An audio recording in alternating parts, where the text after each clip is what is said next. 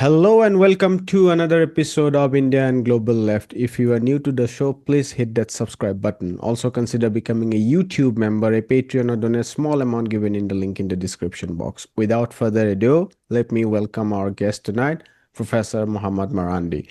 Professor Marandi is from Iran and he teaches at University of Tehran. Professor Marandi, welcome back to India and Global Left. Thank you very much for inviting me. It's always a great pleasure. I wanted to start with a broad question. How do you describe what's going on between the United States and Iran at this moment? Well, Iran is dealing with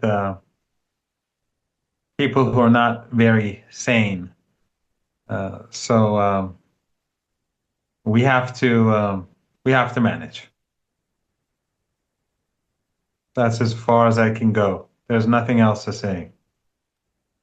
We've been hearing from the administration, and the mainstream media has been reiterating or repeating that line that a deal with Iran is imminent.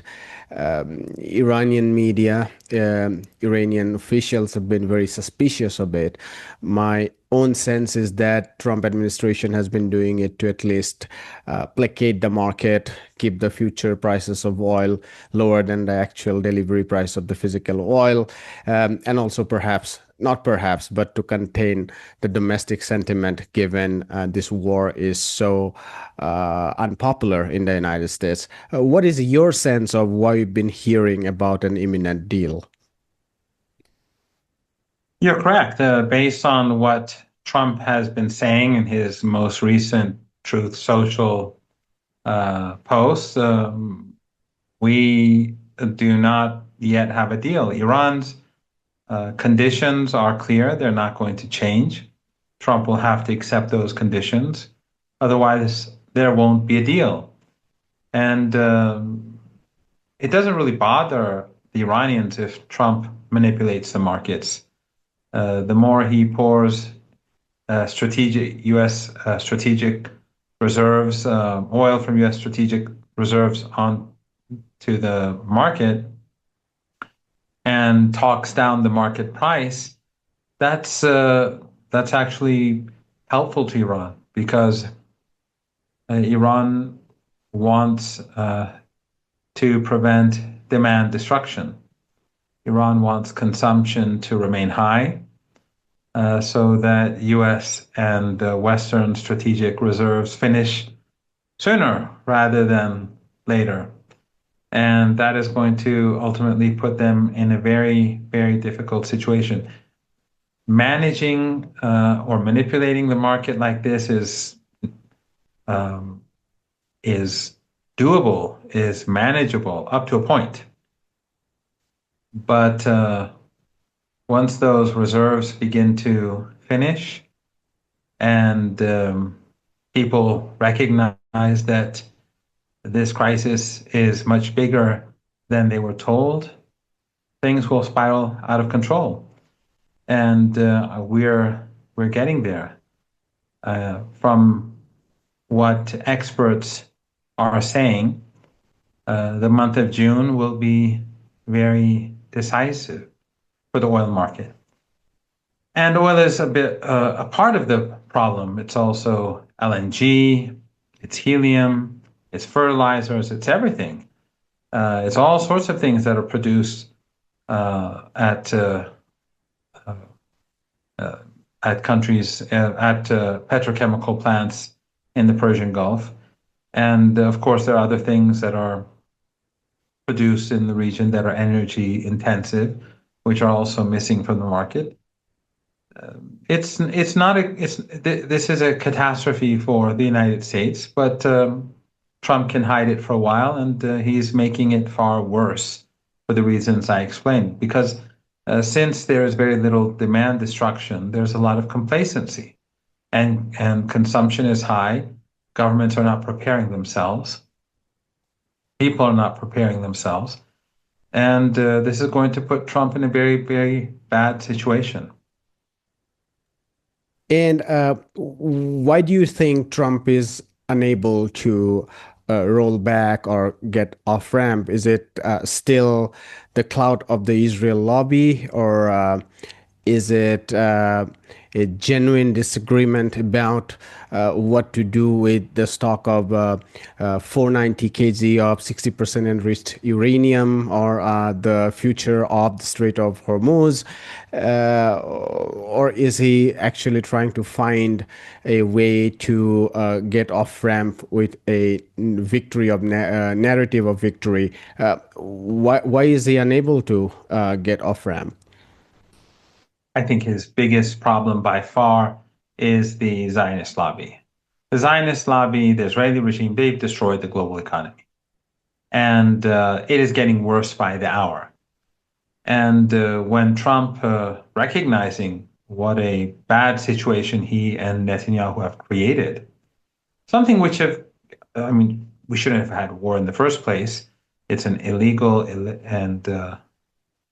and criminal war that they carried out.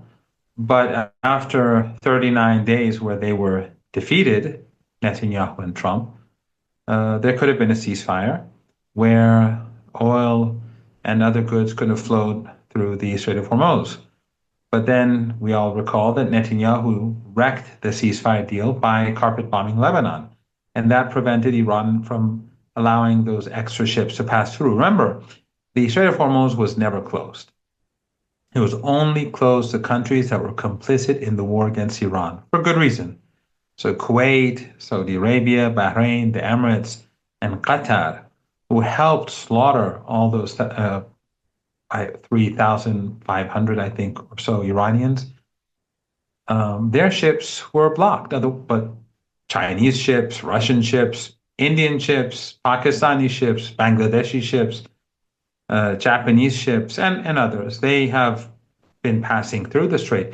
Every day, roughly 25, 20, 30 ships are going through the strait at the moment. But we were going to have a ceasefire where many more ships would pass through, and it would become much, and the global economy would have been able to be saved from this huge crisis if only Netanyahu had not carpet bombed Beirut, slaughtering hundreds of people to ruin the ceasefire agreement. But so what is happening now? Trump has recognized that things are getting much worse. It's been over 3 months now, and the crisis is growing, and it's having a snowball effect. And ultimately, this is going to blow up in his face. So he wants a deal, and we almost had a deal. The two sides were very close, and then, as expected, the Zionist lobby, the Israeli regime, they were outraged, they were angry, and they started pushing back. And Trump, being the really weak and cowardly president that he is, he backed down immediately. So we were close to a deal, and now it seems from his rhetoric that we've been hearing over the past few days and today as well, that we are further away from a deal. But Iran's position will not change. So all he's doing is he's going to make the global economy move towards a much more dangerous situation. How long do you think you'd be forced by the Zionist lobby? I'm asking this given the objective conditions that he is facing are so dire.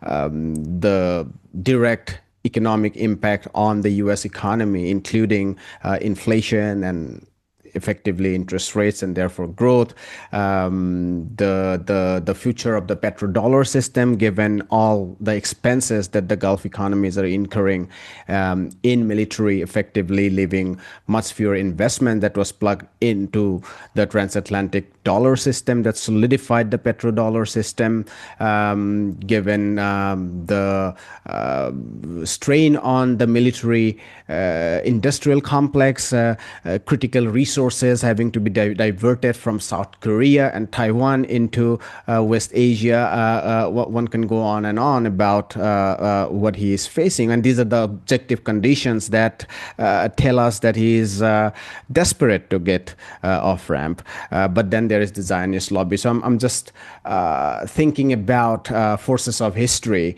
How long do you think the Zionist lobby will be able to hold on and keep forcing him into this war? I think a key objective of Iran is to try to put enough pressure on the United States to make it have to prioritize the United States over the Israeli regime. So until now, the United States sacrificed its own people for the Israeli regime. That has always been the case. And this has become much more evident since 9/11. 9/11, of course, most probably, from the evidence we now see, was the Mossad was probably involved. And they use Al-Qaeda, which is a tool of the West, to carry out this attack. And then we saw Wesley Clark tell how a general told him of a plan to take out 7 countries in 5 years. And 6 of those countries have been effectively overthrown, and we've reached the last country, Iran. The only problem is that that 5-year plan took a good almost 25 years instead. And thanks to Iran, the United States has paid a heavy price on the way, the empire, because the Iranians helped the resistance in Iraq. It helped the resistance in Afghanistan. It helped the resistance, of course, in Yemen. It helped the resistance in Syria, although the U.S. proxies, Al-Qaeda and ISIS forces did come to power, but they've been severely weakened. This brutal and barbaric Takfiri force of the West, it's been badly weakened. But in any case, the United States has spent tens of trillions of dollars on these forever wars.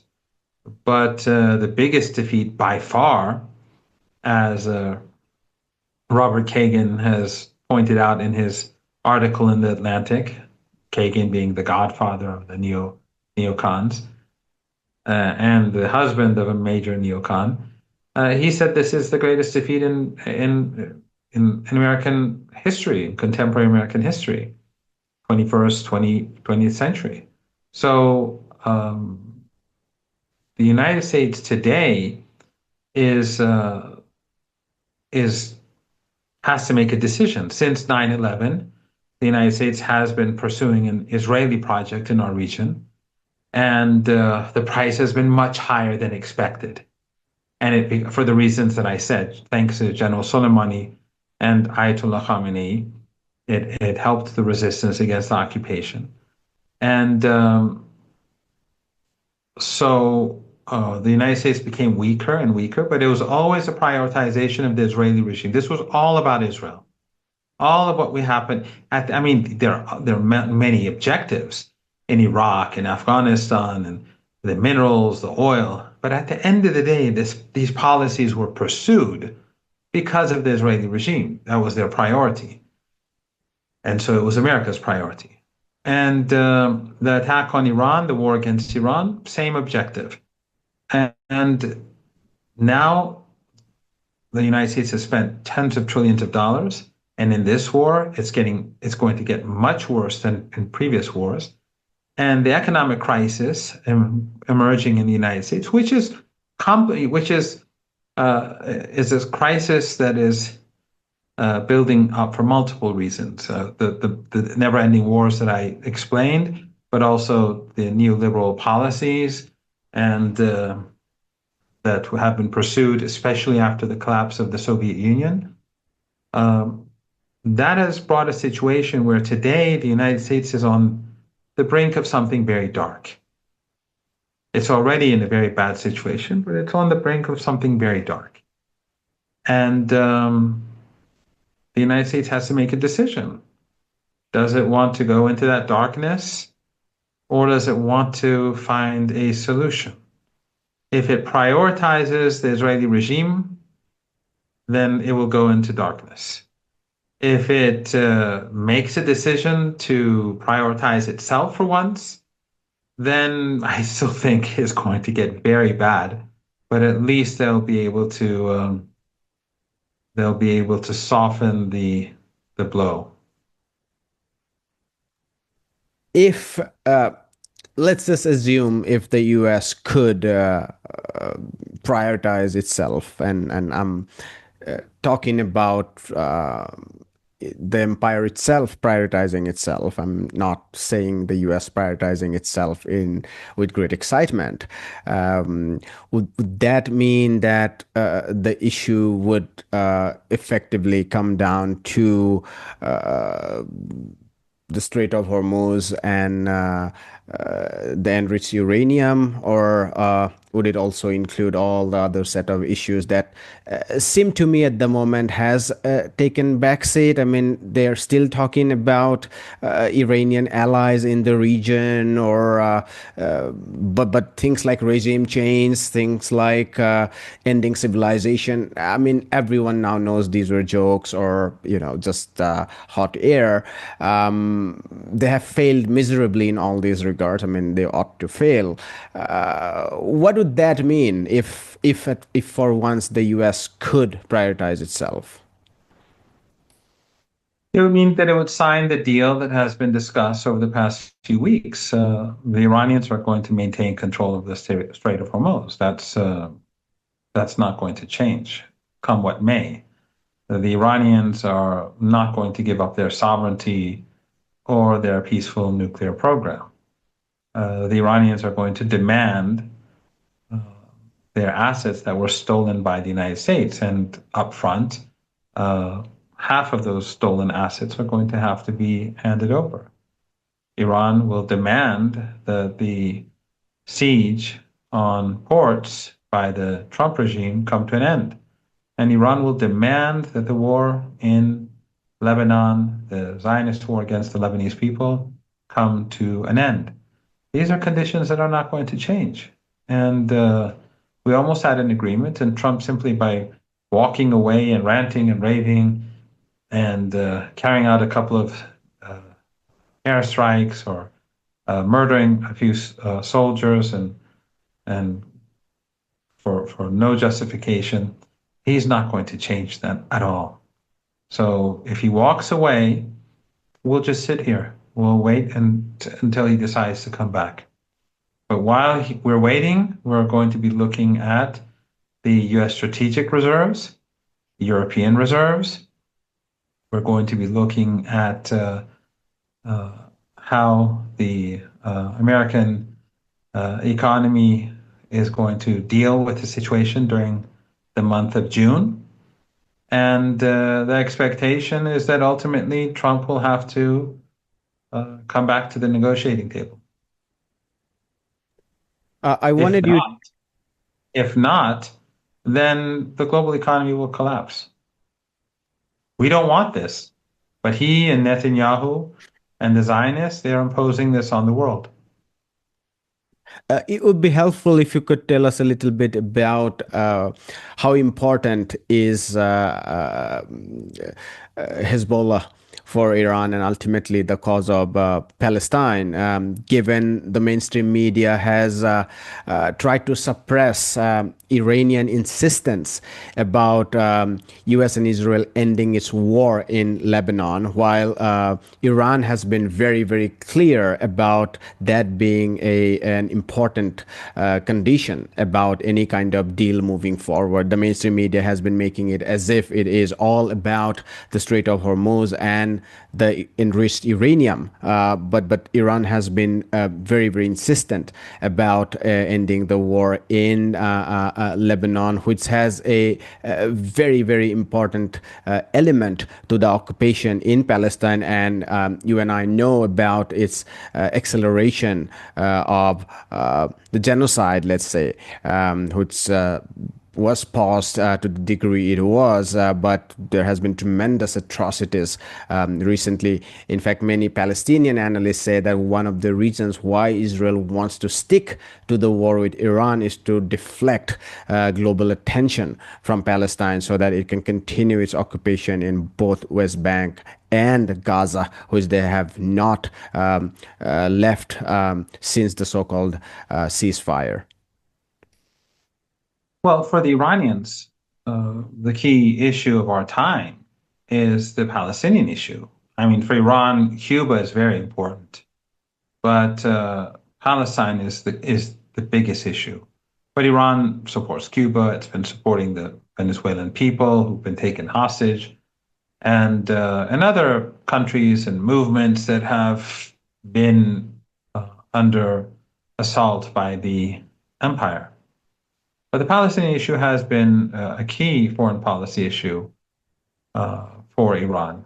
And that is why Iran is assaulted. That is why the Hezbollah is assaulted. That is why Iran is so antagonized in the West.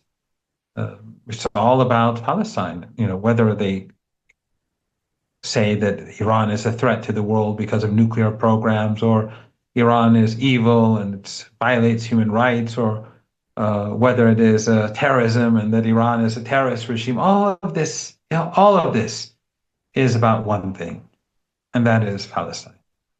The West supports ethno-supremacism, ethnic cleansing, and genocide, and Iran opposes it. So Iran is evil. It's quite simple.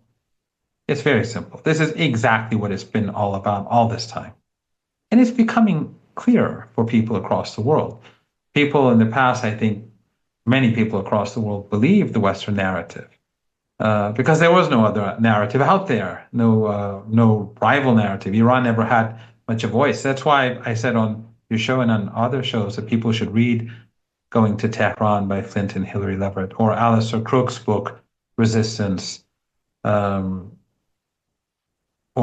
Peter Oborn's book, A Dangerous Delusion, because there's very little out there to read. If you really want to understand Iran, most of the other books, most of the media outlets, all of them give you a warped understanding and an understanding that is often 180 degrees different from reality. But people after the genocide in Gaza, when across the world, they gradually saw that it was Iran that was supporting the Palestinians, and everyone else was either indifferent or supporting or complicit or supporting the genocide. And gradually people woke up. And then the 12-day war happened, and then the recent war happened, and people saw the deceit of the United States. And it's not just Trump. We saw how the mainstream media, even those that oppose Trump, they were supporting the destruction of Iran. They were condemning Iran during the war, the victim. So people have woken up to this reality that exists. For Iran, the Palestinian issue is a humanitarian issue. It is an issue that we can't close our eyes to, just like we cannot close our eyes to the Cuban issue. Cubans are not, the Cuban government is a communist government. But we support the Cubans, the Cuban government, the Cuban people, because they're victims. So in addition to that, we see that the Israeli regime is carrying out genocide now in Lebanon, a second genocide. And the West, of course, supports it. Why? It's very clear that the West supports it. Remember, during the genocide in Gaza, which is ongoing, and it's getting worse by the day, and sadly, the momentum across the world, those protests that they've largely disappeared. During the genocide, when Western media was being criticized for looking away or not reporting on the mass slaughter every day, they gave an excuse, a single excuse almost every time, and that was that, well, we don't have reporters on the ground.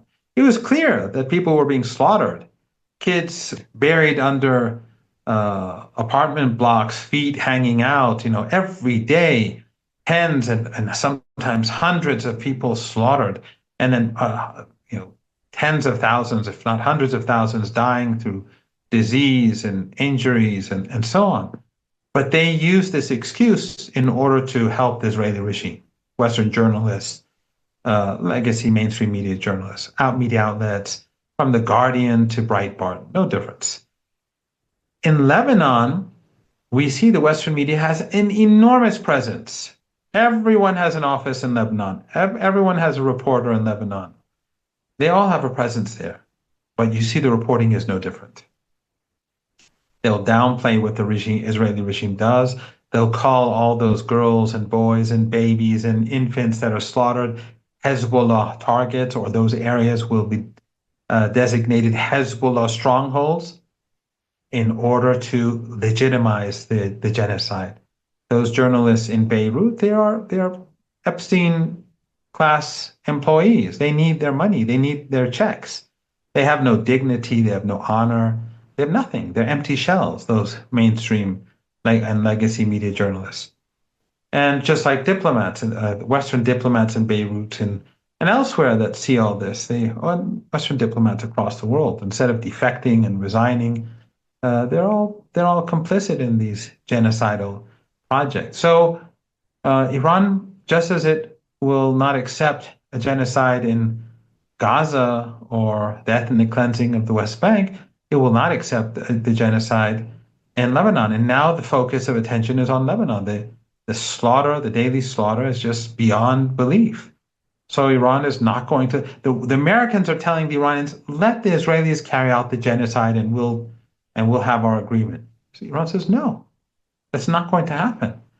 Just like during the past 2.5 years, 2 years, more than almost 3 years now, the West has called on Iran to let the Palestinians be massacred, stop supporting the resistance. Iran and Hezbollah and Yemen, they said, no, we're not going to let you exterminate them. And so, this is the difference between the West and Iran. They are uncivilized and we're civilized. They are carrying out the most evil genocide in human history. The most evil. Why? Because it's being done in front of the eyes of the world with complete impunity.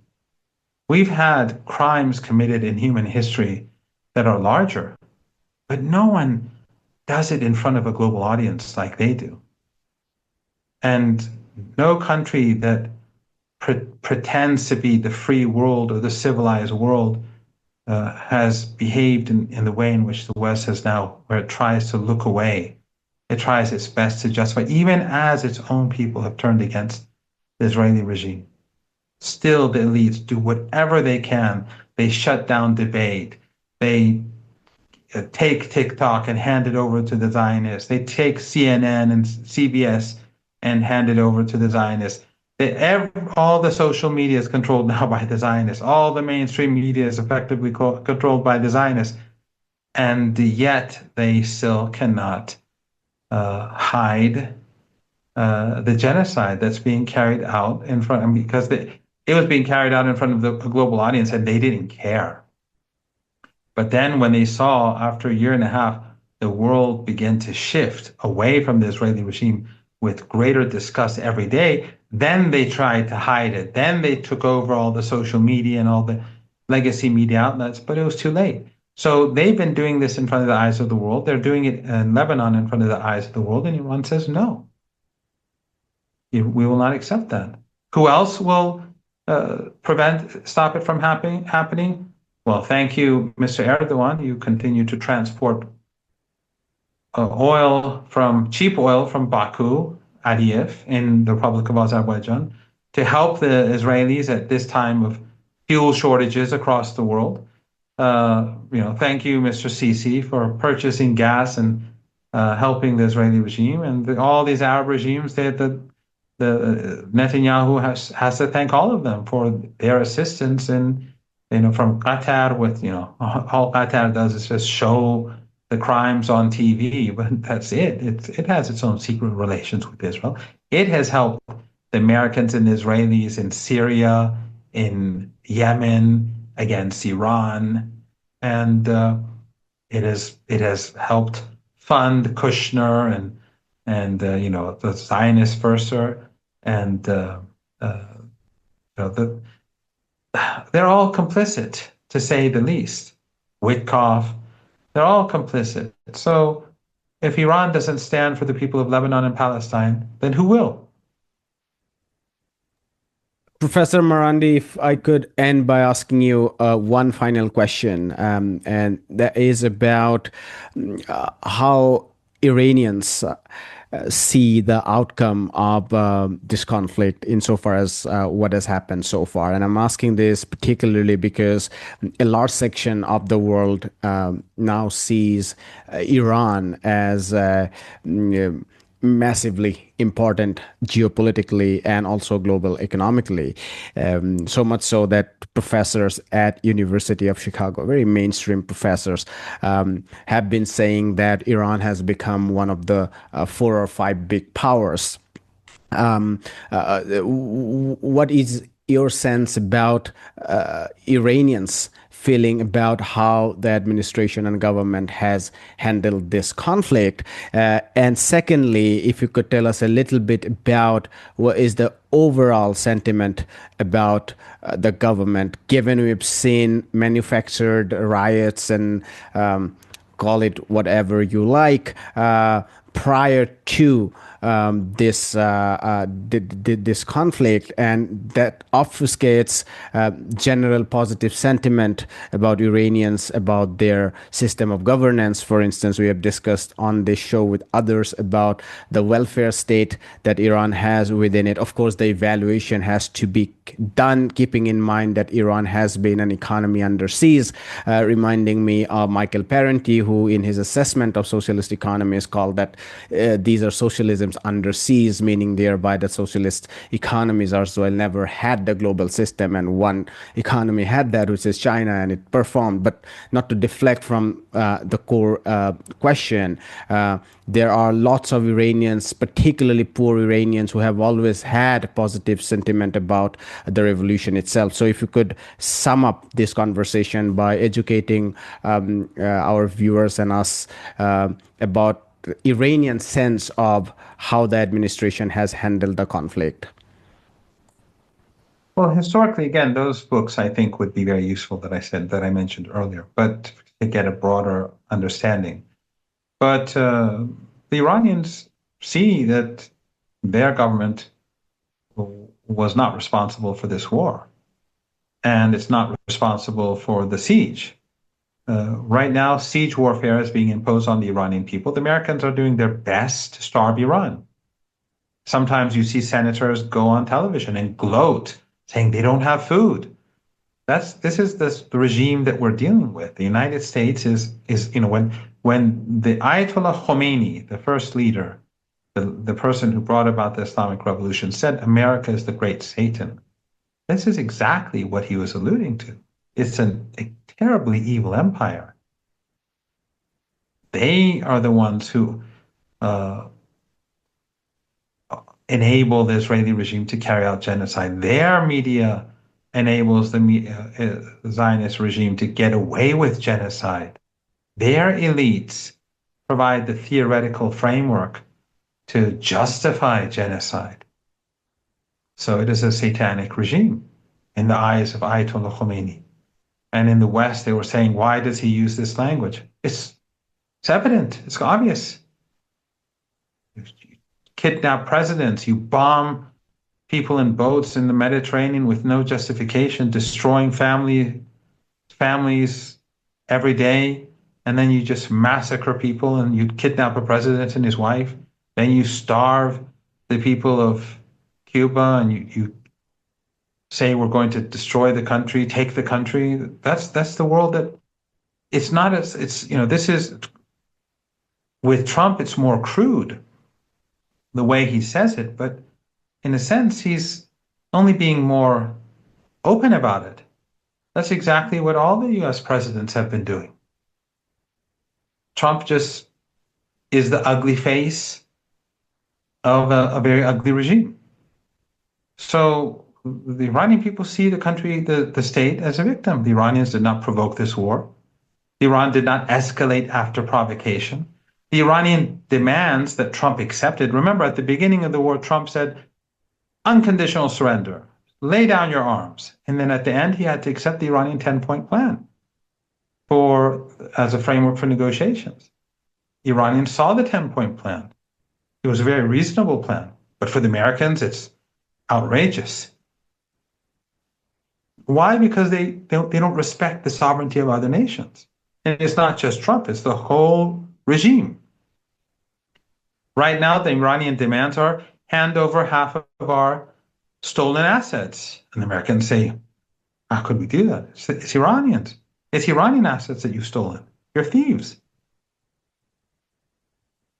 So the Iranians, their expectations are to remove sanctions so that Iran could sell its oil, not to the United States, but to other countries who want Iranian oil. These are outrageous expectations. To stop the genocide in Lebanon? Is that an outrageous expectation? These are normal expectations, but the West is such an abnormal part of the world that all of this is seen as demanding too much. Well, if they don't want to give it, then they can wait. And then we'll see what happens to their economies in the West and what happens to the US economy.